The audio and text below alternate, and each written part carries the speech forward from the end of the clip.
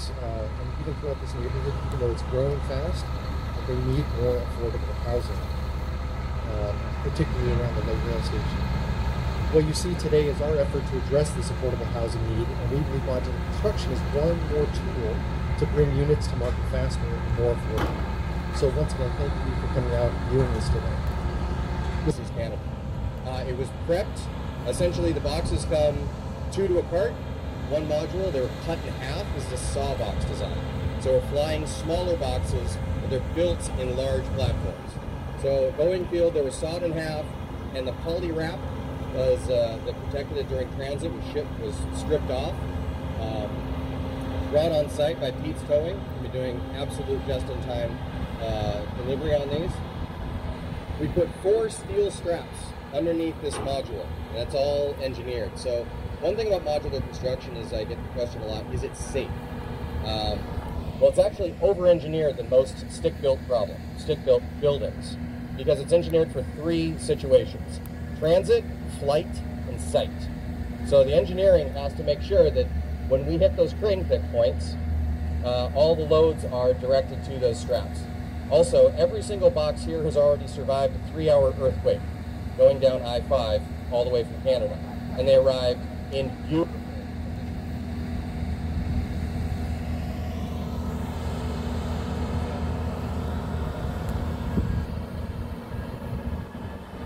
I can just yell.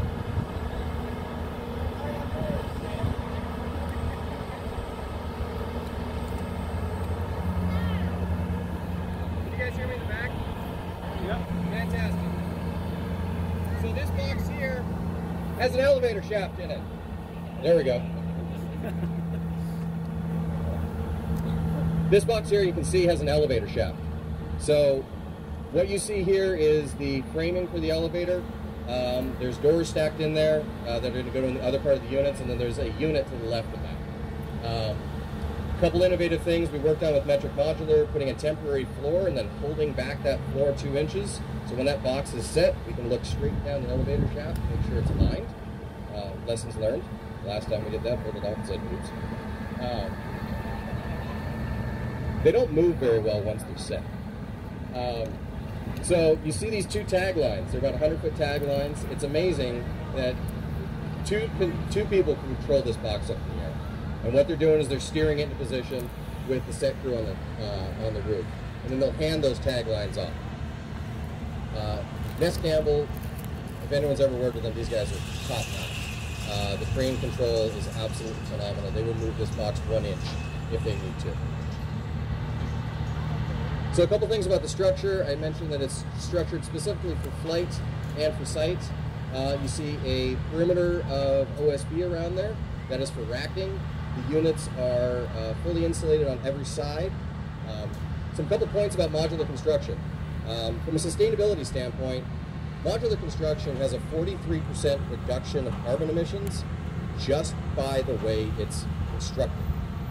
Standard building built stick-built versus modular construction, modular can save 43% carbon emissions because of transit alone. Imagine the carbon offset of 2 years of tradesmen driving from where they can afford to live to downtown Seattle and where they're parking. This modular was built in a factory-controlled environment in less than 2 months instead of 2 years. When a standard lumber pick arrives on a job site, that's probably 5,000 pounds driven on one truck. This truck just delivered 15,000 pounds of materials to the site. It's those small things, but it all adds up to be an overall more sustainable product. Future projects by Metric Modular are going to be multifamily passive house level envelopes. The control you can achieve in the factory is really going to set the stage for sustainability moving forward as a net zero challenge. Metric Modular is doing their part to actually make those changes in the factory now. So they're providing passive house level envelopes on other projects. This is a standard energy code project, next one we'll see, for charges that are far less than you would see in site-built construction. Because modular is built differently, it's built in a controlled environment.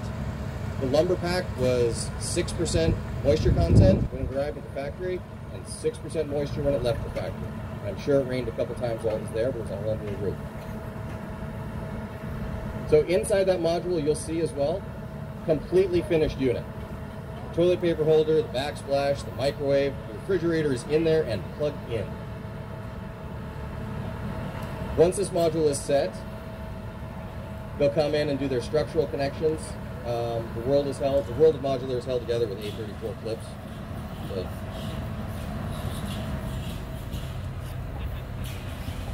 and shims. This is where it gets less dramatic. They start moving in inches. So what will happen is they'll take, you may have noticed that when the module was in flight, it was a little crooked. That actually is on purpose. That's not by accident. So what happens is the modules are built on a grid at about 2 inches apart from each other, about 1.25 inch gap in between every module. And so working with the city of Seattle as well, any architect knows if you draw a line and have all these air gaps going all the way through your project, that's a fire issue. And so working with the city of Seattle to work through all those issues has been a fantastic experience to work through them before we got to this point. And so what they installed was draft stopping, fiberglass bat, draft stopping, and a bunch of other kind of details to make sure that modular construction is as safe or safer than standard building codes. So they'll take the weight off this box, they'll set it down on the plates, and then they'll use some come-alongs, they'll bolt some things, they'll use some porta powers, and they will shift this box back and forth a matter of 1/4 of an inch. So what looks like kind of a big, brutal assembly is actually very precision. Modular is a game of inches. And all these boxes arrive to the greatest precision at Metric Modular, and AccuSet is doing a fantastic job of maintaining that precision and stacking them in the right place, making sure that everything's set, plumb, square. One thing that's different to me, but kind of new to this project, but not new to the modular industry, is the steel straps. So you'll notice you see 4 black steel straps holding the module together. Each one of those straps is rated for half the weight of the box, so we're at 100% redundancy on that. Typically, there's a couple ways to do the strapping. You can use a big, thick nylon strap that goes underneath the box, and you can pull that out. The problem is you kind of got to cut channels underneath the floor, and anyone who try to kind of re-string a hoodie knows that that just doesn't work as planned, ever. And then from a fire standpoint, those notches are not ideal. Or you can essentially set on the nylon straps and cut them, but that leaves about a 1/4 inch gap, and so they don't sit flat. So the nylon straps, the steel straps here, Teflon coated, will allow them to cut them off, and then they will pull it back up. And so the straps will come out from underneath the box, and you'll see essentially they'll curl up on the spring. But then we get full plate-to-plate connection and don't have to eliminate any of those issues. It's done kind of like thicker straps. The bolt-on balconies, Dan Annable made the rational call to bolt them on in the shipping yard, so he didn't have to fly them up. So the balconies will fly on place, on the boxes, on the plates. You'll see the weather barrier here, the orange stuff, and the PT battens, so it's almost ready for skin. So what you see while they're kind of finishing this box is essentially leave-off panels in kind of a horizontal and vertical orientation. So what that is all these boxes are independent structurally, and we need to stitch them all together. And so yes, we're going to set the project in about 5.5 days, but the work doesn't stop there. Then we move into, this is the set, and then what we call the stitch. So we're going peel and stick, air and water membrane, fantastic product. Worked great in the factory, low VOCs, really good to work with. And so you can see some of it's been held back and flapped up. And so they'll come in, do the stitching, do another layer of peel and stick, and then flap that over, and we'll have a completed air and water barrier. So it'll be just a rock solid envelope, just as normal as stick-built construction. So that's the next step of that, and then we'll go and do the exterior cladding.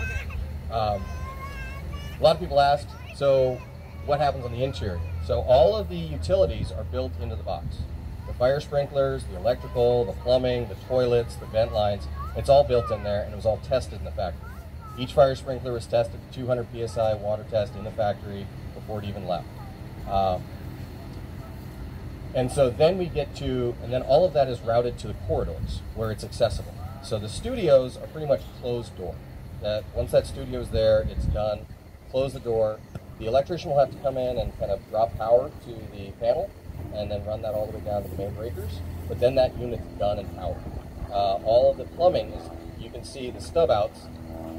I just got barely see them, but like the sprinklers, the water, the hot and cold, and the data are all running above the door. And so we'll come along the corridor and connect all those things, and then essentially light up and charge the units. Then we'll come in and finish out the corridors, and away you go. So that does take time, but it's a lot less time than doing it traditionally. Any questions?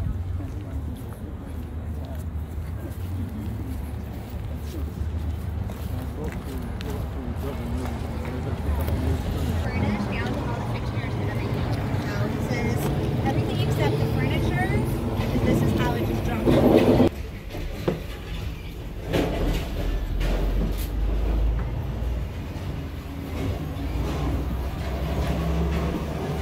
So I'm sure this wasn't strapped down with it. yeah, so we came with the bread and the. Where's the cookies in the oven? For February, I think. So I think.